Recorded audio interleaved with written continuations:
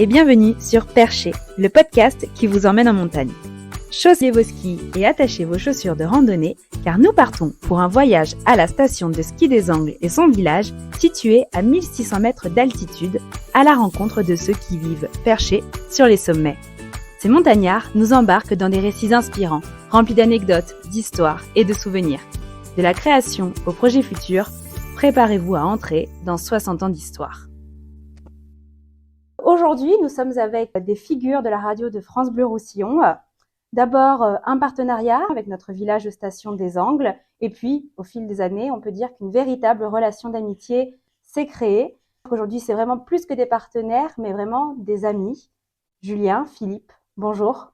Bonjour Marianne. Bonjour. Dites-moi, comment est venue l'idée et comment a été créé ce partenariat ? Alors le partenariat, au départ, nous à la radio, on voulait se faire connaître des populations des montagnes, donc Cerdagne-Cap-Cyr et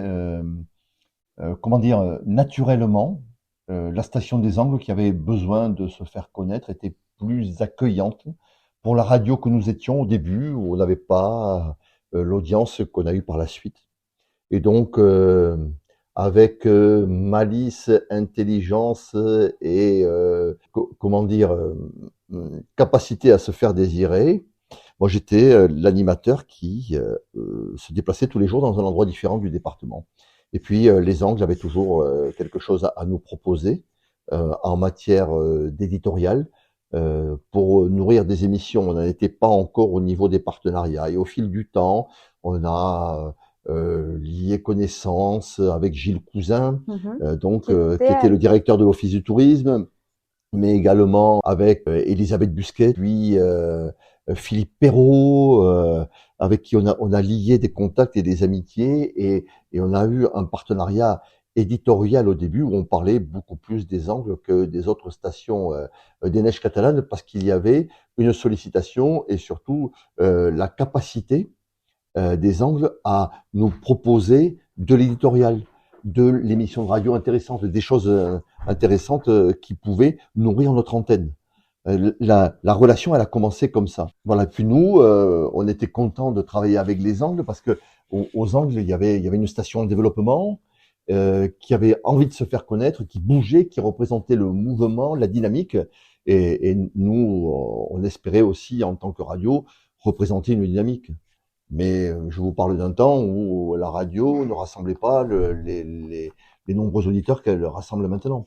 C'était en quelle année ? On a commencé au début des années 90 à travailler ensemble.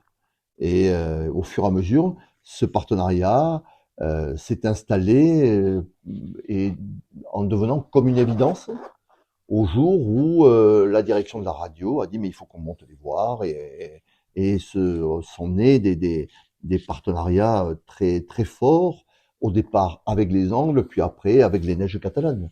C'était les Angles qui représentaient ce que vous recherchiez au moment du développement. Exactement. Tous les deux, vous étiez en développement et finalement, vous êtes développés ensemble. Voilà. Et on s'est développés ensemble, c'est exactement ça.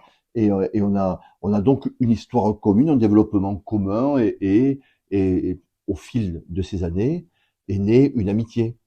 Et les maires derrière. Et les maires qui appuyaient évidemment. Ouais, tout le monde vous a suivi et tout le monde est entré vraiment dans le mouvement. Voilà, ensemble. Et nous on a suivi parce que les Angles c'était quand même une station un peu à part où il y avait une volonté de se faire connaître, une volonté d'arriver à conquérir un territoire et franchement c'était plaisant de travailler dans cette ambiance positive de conquête, de développement. Alors Philippe il est gentil mais seulement dans les Angles, donc c'est bien. Moi, je suis arrivé, c'est ma première heure à France Bleu Roussillon, c'était aux Angles. Ah oui ? Le jour où je suis arrivé, on partait pour un France Bleu Live aux Angles. Est-ce que vous vous rappelez les premiers sujets que vous avez faits sur les Angles ou aux Angles ? C'est plus la mémoire de la radio, c'est plus Philippe. Hein, parce que... au début, c'était vraiment la présentation de la station. On a rencontré plein de monde parce que les bons étaient attirés par la station des Angles. Il y a ça aussi. Et on faisait donc à la base des émissions sur le produit ski, parce que pour Gilles Cousin, l'important c'était de vendre le produit ski, le mouvement, la station, elle bouge et on vend pas de la nuitée, puisqu'à à cette époque-là, il y avait moins de capacité de nuitée, de location, d'hôtel. Donc, il fallait vendre du mouvement et on vendait du mouvement et on allait faire des émissions. Moi, j'étais tous les jours à l'extérieur avec des moyens techniques qui étaient pas ceux de maintenant, évidemment. Et on était donc sur place et on faisait ces émissions sur place un peu comme on pouvait, mais c'était un peu l'aventure à chaque fois, quoi. Parce que les moyens techniques ont vraiment évolué, quoi, depuis les dernières années, les 15 dernières années. Là, vous voyez bien, le matériel avec lequel vous enregistrez, c'est quelque chose qui n'existait pas avant. Et il fallait arriver avec du gros matos, des choses qui sont lourdes, qui sont pas adaptées à une station de ski, quoi. Ou à l'inverse du téléphone, où on allait se brancher sur une prise, on arrivait en haut de la station, on se branchait, et puis on partait, on redescendait. En fait, c'était. Et nous, on a vu ces évolutions. C'est incroyable, parce que comment on se connectait à l'époque. Enfin, d'ailleurs, on faisait pas forcément du direct, mais il y avait des valises satellites qui circulaient à Radio France pour arriver à faire des directs pareils. Et aujourd'hui, on arrive avec un portable, on prend l'antenne, on est en direct. Pendant quelques années, j'ai eu une émission qui s'appelait Le Centre du Monde. Et donc, on est tous les jours, tous les jours en extérieur. Et il fallait arriver à faire quelque chose. Il y a qu'à faire ci, il y a qu'à faire ça. Et on se branchait n'importe où. Et on se baladait dans la station, on montait, on se branchait. La deuxième intervention, elle était en bas du télécabine. Enfin, c'était toute une épopée qui faisait. Mais aux Angles, il y avait matière à faire, il y avait le soutien. C'est-à-dire qu'à partir du moment où on arrivait, on était accueillis, accompagnés. Il y a ce facteur-là aussi, l'accueil des Angles. Ça a toujours été quelque chose d'extraordinaire. Ça a toujours été, encore aujourd'hui. Ah, mais moi, ça fait que 4 ans que je suis là, mais oui, moi, je suis arrivé il y a 4 ans, je le connais, l'accueil des Angles.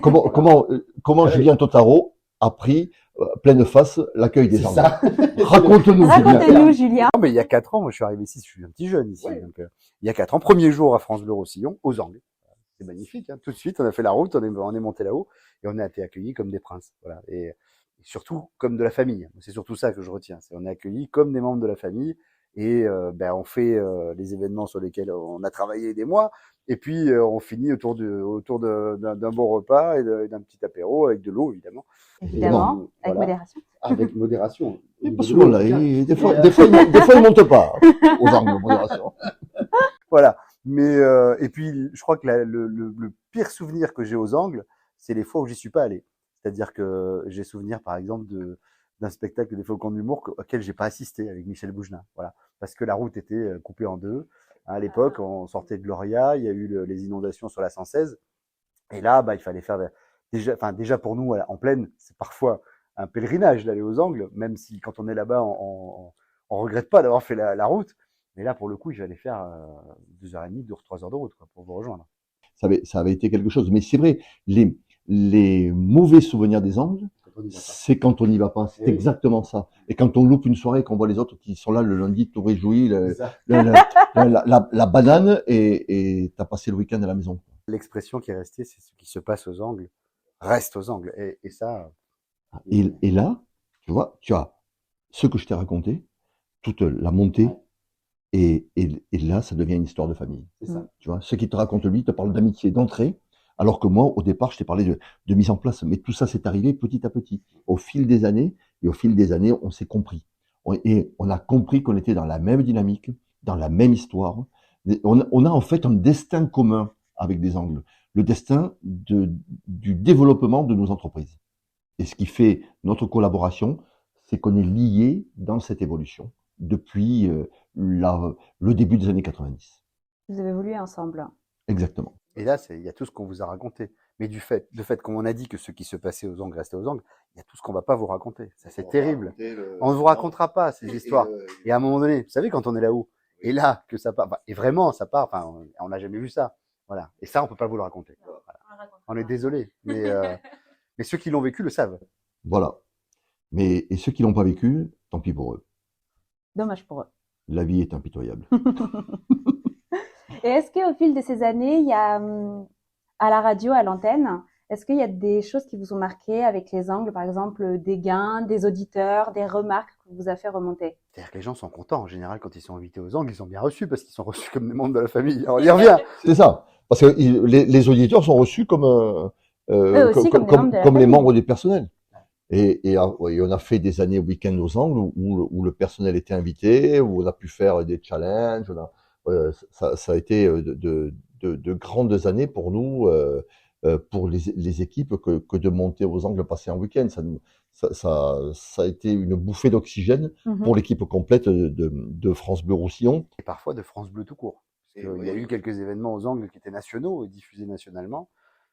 Et il y a des gens qui, à Paris, aujourd'hui, à la Maison de la Radio, se souviennent de moments passés aux Angles. Tous ces gens qui sont à la direction de la musique de France Bleu, qui connaissent les Angles, qui ont vécu des moments particuliers, qui ont découvert les chalets là-haut, qui sont quand même super bien aménagés. C'est pareil, hein, les conditions d'hébergement sont quand même exceptionnelles. Et on se dit, quand même, on s'est pas raté, quoi. Et elle, pareil, elle a commencé, c'était son premier mois ici. Premier mois à France Bleu, c'est ça. aux Angles, c'est génial. C'est ça. En fait, les démarrages Elle a beaucoup des personnes les plus Faut démarrer aux Angles. Voilà.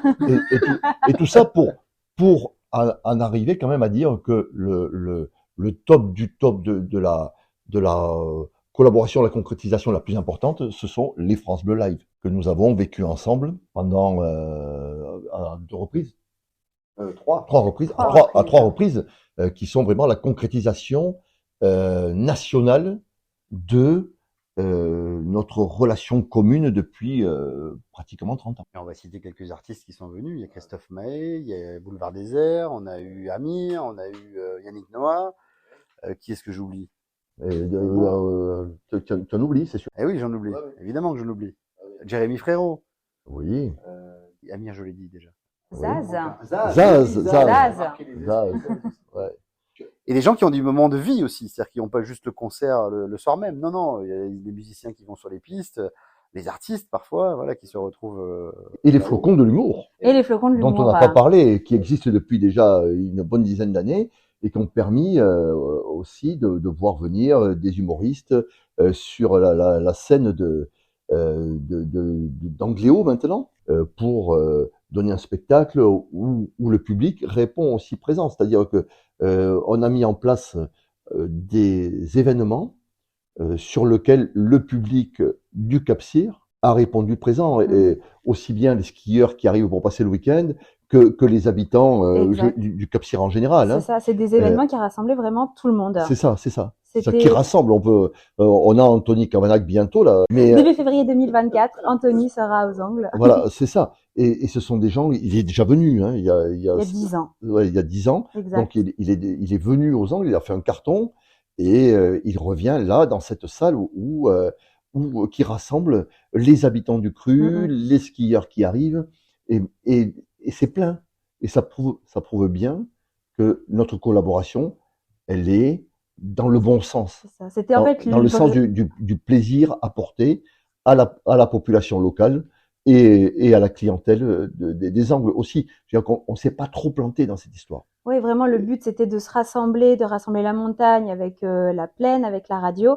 Et aujourd'hui, ça rassemble non seulement vous, au terme de collaboration et de partenariat, mais aussi les touristes, ceux qui y vivent, ceux qui viennent de plus loin, ceux qui viennent exprès aux Angles pour ce genre de concert qui a été créé avec France Bleu. Et puis quand je vois Christina Ribas, Pierre Galibert, Eric Navarro, qui a été un des initiateurs des week-ends aux Angles, l'initiateur des week-ends aux Angles, et avec Eric Cala, tous ces gens-là, quand ils sont arrivés ici, et Julien Toutaro, quand ils ont vu la collaboration qu'on avait avec les Angles, ils ont trouvé ça génial, quoi.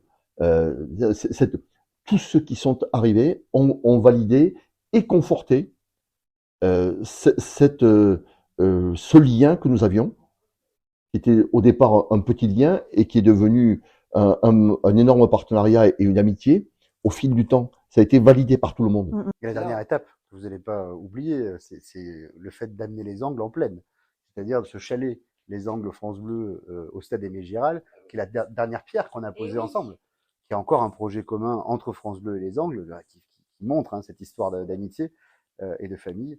Et là, on est carrément dans la même maison. Voilà, donc, alors pour ceux qui ne le savent pas, il y a un chalet donc au stade Aimé Giral. Et dans ce chalet, c'est un studio radio dans lequel nous proposons l'intégral USAP, l'avant-match, les analyses à la mi-temps, l'après-match, avec la conférence de presse. Et tout ça, ça se passe dans ce studio qui est installé dans les allées d'Aimé Giral, quoi. C'est ça. C'est, comme disait Julien, c'est tout à fait ça. C'est les Angles qui descendent à Perpignan, avec toujours par le truchement de cette relation qui est forte, qui est la nôtre, quoi. Exact. Donc que ce soit à la montagne ou ici, finalement, on se rassemble toujours. C'est ça. Ça s'appelle une belle histoire d'amour. C'est la fin de cet épisode. Merci d'avoir rejoint Perché pour ce périple en altitude. On espère que ces histoires de vie en montagne vous auront plu. À la prochaine pour une nouvelle ascension auditive.